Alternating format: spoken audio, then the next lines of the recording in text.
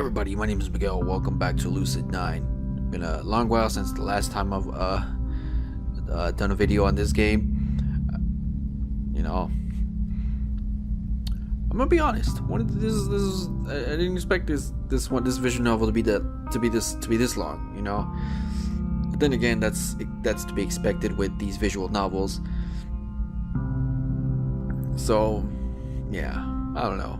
But I'm continuing on with this because I am going to finish this until the end, and then it might be a good while until the next time I decide to do another visual novel, because I'm still going to continue to do visual novels. Like I said in the beginning, if visual novels aren't your thing, you don't have to watch. It's just that simple. You just wait for me to upload my other videos when I post up, my Gmod, my horror gameplay videos, whatever I post up. So, but this is just for those that just like to sit back, watch a guy looking to his camera, talking to his mic and camera, looking at the camera like if he's looking to the viewers, and narrating a story, basically. You don't want to read the story yourself. You just want to just look into the visuals and just let me do the reading. That's basically what this whole series is about. Think of it like Audible. Like you got someone reading the books for you. Instead, this one, it's a visual novel, and you got me reading it. That's pretty much all I gotta say. I pretty much blabbered on and fucked up this intro. Anyway, whatever. So, moving on. So, I came back from like a little thing with what was her name? Mickey? And we were on the rooftop. It was like in the middle of the night. We snuck out, and we snuck into the school. Then we snuck back out of the school, and then I'm back here. I wake in a daze, staring emptily at the ceiling. Where's my mouse? It's right there. Okay. My jaw is pounding in pain, and my lungs are still burning. Seems like drowning isn't great for your health. Who would have thought? I briefly checked the time. Still early. Way early.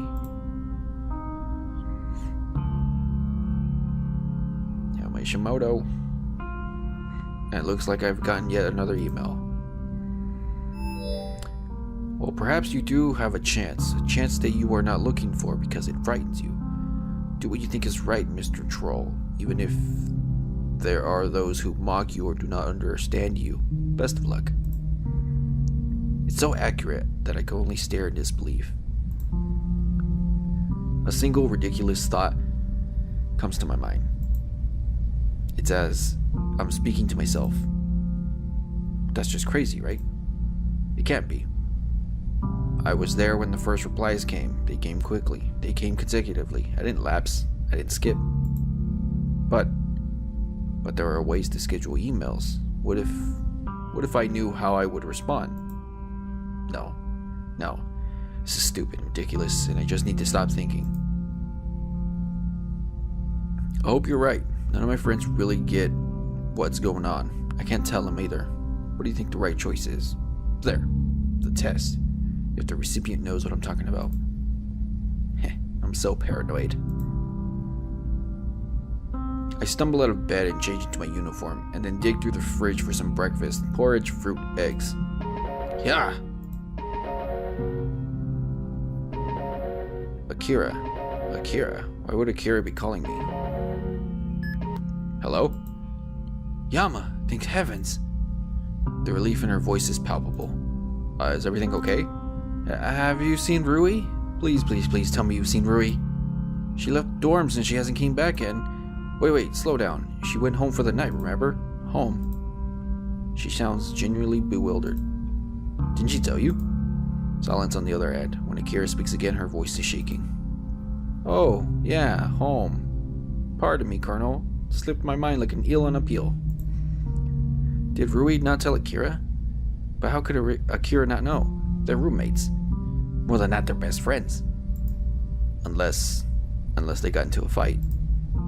Then it would all make sense. Why Rui went home all of a sudden, even if she could stay for only a few hours. Why Akira wouldn't know of her whereabouts. I could bring it up. It seems to be bothering her. I don't know.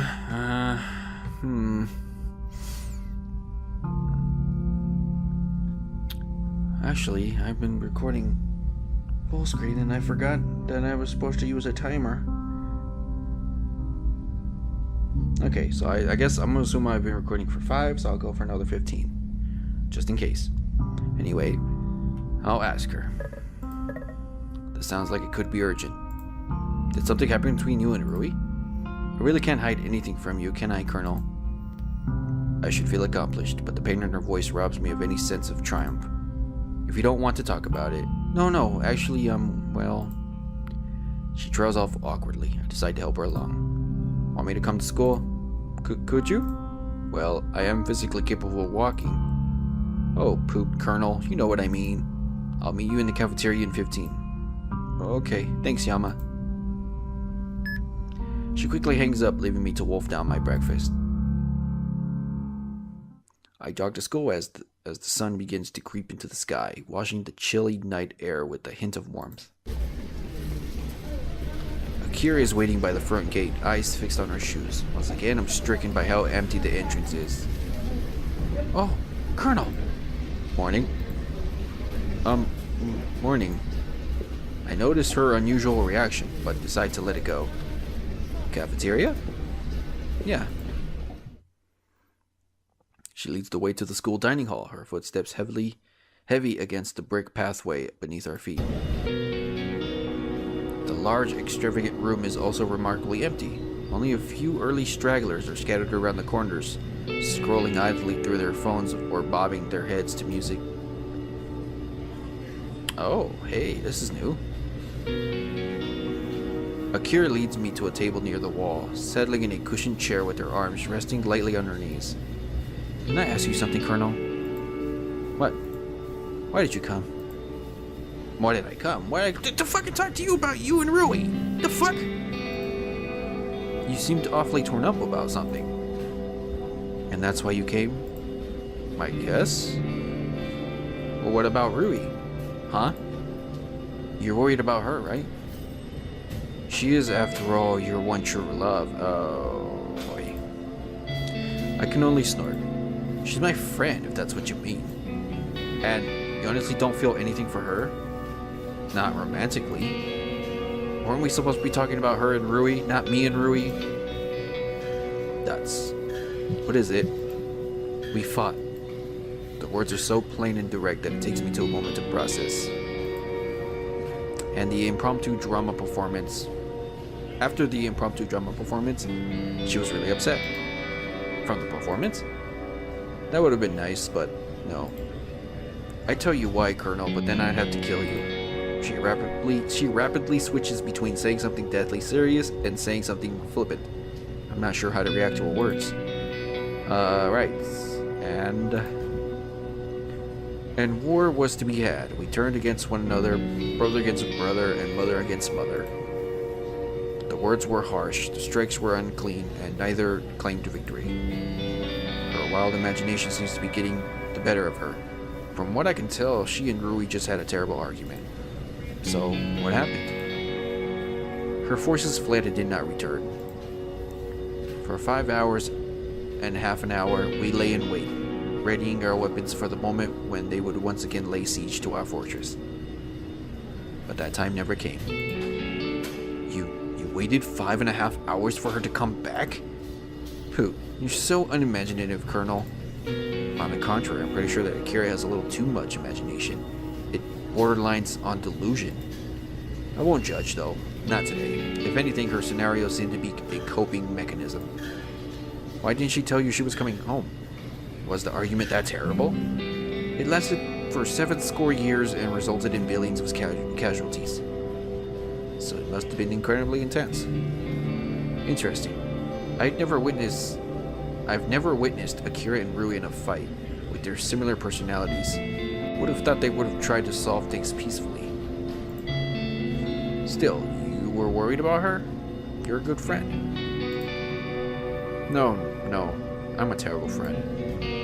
I'm just like a politician. I'm too scared to do anything direct, so I become a liar to get what I want. This harsh self-criticism is enough to unsettle me. Perhaps it's simply my inner nature to be contradictory and a devil's advocate. but I want to counter everything she has to say. An actual terrible friend would never say that. So you may say, but this isn't anything new, Colonel. I can't seem to help anymore. Not as myself, not as a shadow bell, not as a dragon. My brain suddenly makes a connection and finally I understand something. Is that why you try so hard to be different? Different people change the world, Colonel. Aren't you just lying to yourself? She smiles sadly, an edge of pain to her lips. If I can help just one person, what does it matter? Then again, it looks like I can't even do that. She abruptly stands, nodding quietly at me. Thanks for the talk, Colonel. Time to get to class. Let me walk you. No, I'll be fine. She strides out of the cafeteria without explanation. I'm frozen for a moment, working to process everything that I've learned. I'd always known that there was more to Akira than just a crazy, fun-loving thespian. Thespian, not lesbian. But I never expected to catch the glimpse that I did. Yeah, the glimpse of her glittery eyes and her blonde hair in the light. Anyway, maybe we have more in common than I originally thought. Wow. I returned to the class in a daze, pondering this new turn of events. Even though I'm only slightly early, the classroom is already at full attendance. I guess that with curfew in effect, there isn't much else to do except, excuse me, come to class on time. You sure? I turn to the door. Yahiko is standing by the entryway, speaking quietly with the stocky boy from yesterday, Haru Bunya. I mean, what if you're right? Then we'll be damn glad that I decided to talk when I did. Maybe you shouldn't try this. Not yet. Why do you keep trying to stop me? 3 people, Haru. 3 people who were at the first meeting are gone. First meeting? First meeting of what? That's why I need to talk to her today. But you know the rumors. Shoji talked with her and he's fine. Be careful, dude. When am I not? Haru nods in a farewell and disappears down the hall. Yahiko agitatedly rubs at his hair as he takes his seat. I better choose my words carefully. Who was that? Huh? Oh, Haru? He's a club member. Club member? One of the best club on earth. Of course, the Happy Club, making people happy since 2018. What? 2017. I'm reading this a year in the year in the past. What? Whatever. Oh yeah, the Happy Club. I'd always thought that it sounded like the stupidest thing in existence, but something dawns on me. What do you do in the Happy Club? I'd always assumed that it had something to do with alcohol or gambling, but why? We make depressed people happy, of course.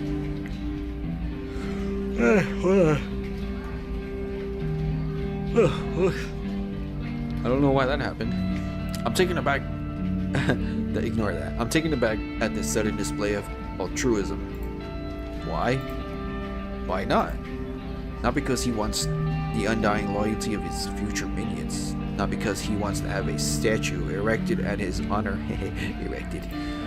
I want to ask more, but the teacher promptly strides into the classroom. Wrapping her pointer finger against the nearest table, the students quietly assemble. 3 people who were at the first meeting, gone. Could Yahiko have been talking about his club? 3 of the victims attended the Happy Club? But what about the first 2 deaths, before the Happy Club was even founded? Could they have a link to Yahiko? Could Yahiko know anything about the murders? Ah, you're looking particularly attentive today, Yama. Would you like to answer this question? No, fuck you, teacher. I look up to the board. A terrifyingly large picture of a mutilated corpse is plastered in the center, mocking me through the gaps in its limbs and crimson bloodbath. My mind runs blank. No. Yama! I squeeze my eyes shut, shaking the image out of my head. A second look shows that the picture is just an artist's interpretation of the Isimu flag. No bodies. No blood. Just brown and red. The hell was that? 5 points deducted for lack of participation. Elizabeth? That's... Elizabeth? Yes, ma'am. The flag, officially adopted during Mayor Inori's first mandate, represents the ideal that anyone can succeed with hard work regardless of background, status, or upbringing. Thank you. Goodness gracious, I don't know what is going on with everyone today. Misaki. Right, well, let's proceed. The flag is a proud symbol that has been acknowledged even by... I pull out of her lecture, disinterested as my classmates secretly pass messages via their hacked desk tablets. I switch my own tablet on, but wince at the bold 10 digits that greet me in reply. Don't say that to me. Say that to him. I quickly close the application. My mind is a mess throughout the remainder of the class. Thinking about Shoji, thinking about the crimes, it's just too much. Lunch could not have come sooner. Surprisingly, Yahiko turns to me when the bell rings. Hey, wanna grab some lunch with Masato and me? Kinda feel like it's been a while. Now that he mentions it, it really does. I almost don't remember the last time that the four of us had lunch together. Assuming Rui joins us. I want to. I really do. But I don't know if I can talk to Masato after yesterday's exchange. I think I'll pass for today. You sure? Yeah, thanks for the invite though. Okay. It's just, dude, I feel like I haven't seen you in a long time. Sorry. Heck, some days I feel like I haven't seen me in a long time. But there's always room for more minions if you feel like joining. I'll keep that in mind. He all but skips out of the classroom, whistling between his teeth. A few days ago, I would have considered it completely natural. Now, it looks forced to me. I leave to get some lunch, ignoring Masaki's concerned gaze. After grabbing some takeout at the cafeteria, I settle in the courtyard, enjoying the fresh weather the best I can. It's fairly empty. Most students prefer to eat in the cafeteria. The only point of interest is the small group of girls huddled in the back corner, examining the wall. Wait a minute. You're a freak. I can't believe they still let you come here. First Akane, now Shoji. You must pay for this. I edge closer, trying to find a clean perspective between the bundle of heads. I catch a glimpse of red hair. Again? Really? Maybe the administration loves you, but we know the truth. We won't stop until we have justice. You should stop showing your dirty little face around here. How were those thumbtacks in your gym shoes? Did they give you an idea of the pain we feel?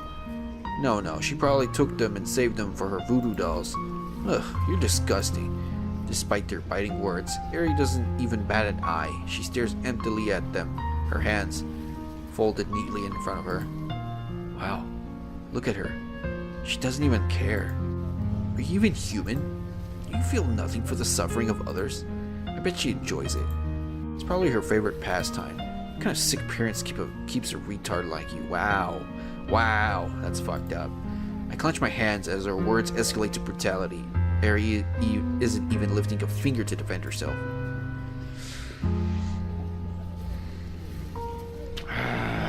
Wow. Okay. Well, that would be the right thing, stepping in to defend them. I'm gonna step in. I gotta. I said it in a few episodes that I'm gonna play this as if I'm Yama, as if I'm in the perspective of Yama, and I want to make Yama a positive person, not someone who just wants to stay at it like, nah, it's none of my business anyway. Why do I need to step in for? Like why? No, you're stepping in, Yama. You give a fuck. Screw this. No one deserves this kind of treatment. I step to the outer edge of the circle, keeping my voice flat. Innocent until proven guilty. Really seeing it now.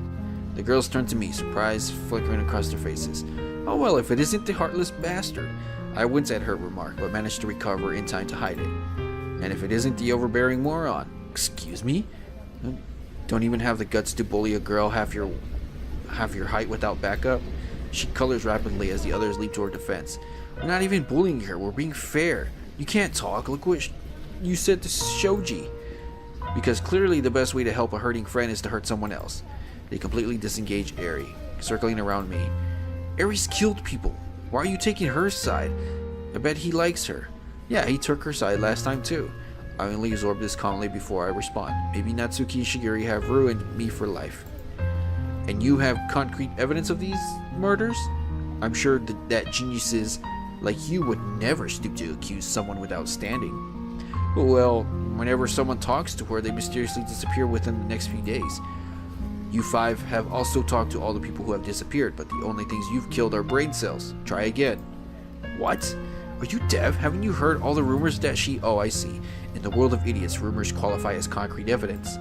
They stew silently. Working to speak past our rage, I seize the opportunity to guide Airi out of the circle. Before we can leave, one of the girls stepped in front of me with a hard look in her eye. You're taking the side of a monster. I return her stare with equal frigidity.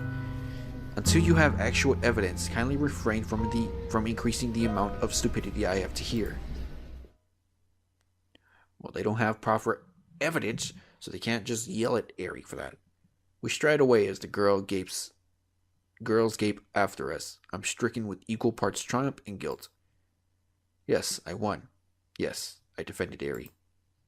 How ironic that it had to be by the same method that I condemned. We stop at the school rooftop, where I take a moment to absorb the fresh air. Airi walks in front of me and examines me closely, a quizzical tilt to her brow. You were like Shigeru. Yeah, I was. I scoff dryly. She frowns. Why did you stop them? I sink into the nearest bench. She settles beside me. Because. A wry laugh wrenches from my throat. Why didn't you stop them? Why didn't you stop them yourself? Why did you stand there? Why did you just let them kill you inside? Even while I'm yelling, I already know the answer. Because it's easier. Easier to take the pain. Easier to just sit there. Easier to let people call you a freak, a weirdo, a madman. Easier for you to blame yourself. That's... Instead of answering my question, Airi wordlessly pulls something from her jacket. The play case, a handheld gaming console from Lemonscape. She starts it up, and after tapping idly on the screen, hands it to me. I recognize it as the strategy RPG port of the Code Deuce, player versus player mode. You want to play against me? A tiny nod. Okay. Didn't know you played games much. I mean, apart from Left Alive and Fug You, and all the games I've been too scared to play. I select Susumu Kuromochi as my hero, leaving Leroux Lemparade for Airi, and start producing some basic units. Then I end my turn and pass the play case to her. You gonna keep letting them push you around like that? Guts. Airi taps the screen with blinding speed and hands it back. I don't care. Really? I can't see any of her units through the fog of war. I send out a recon scout as my heavy troopers slog from behind. They're saying some crazy stuff, man. Or that's... Think of it this way. If you let them get away with it, they'll treat other people the same way too. Airi ponders a little before making her move, but her fingers are just as assured as before. No, they only target me. I notice in bewilderment that my recon unit has seemingly vanished into thin air. I guess that she destroyed it quickly. Or I guess she destroyed it. Quickly, I capture a factory and begin to produce tanks. Why just you? She passes it back almost immediately. They said it was because I have red hair. What? Therefore, I have no soul. The red hair girls are... Well, therefore I have no soul. I spot one of her infantry troops in the woods and quickly annihilate it with my tank. Nothing else in sight. That's an old joke. It's just an excuse to be mean to you. Does. Airi taps the play case. I hear an explosion and wince. Is it supposed to be a funny joke? My tank has vanished without a trace. I began moving my forces towards the forest while sneaking my hero across the edge of the map. Oh wow. 6 minutes went by so quick, damn it. No, it's a stupid joke and it shouldn't have been made. I'll tell you a funnier one if you like.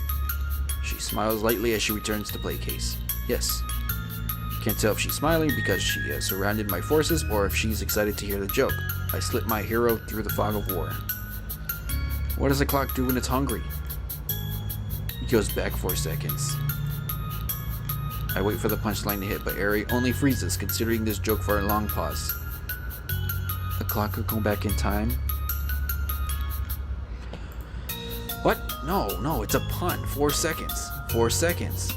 Going back for... Never mind. Nevertheless, Airi is smiling when she slips the play case into my hand. I'm left with just my final line of defense, but my hero finally reaches his intended destination, a special structure that doubles my deuce counter. How about this? Oh god. I'm saving here at this part. Fuck this. Jesus Christ. That has to be a Mexican, huh? Ending the video here. You'll hear that joke in the next video. So thank you guys so much for watching. If you guys like this video, give this video a thumbs up. I'll greatly appreciate it. And until next time, I'll see you guys in the next video.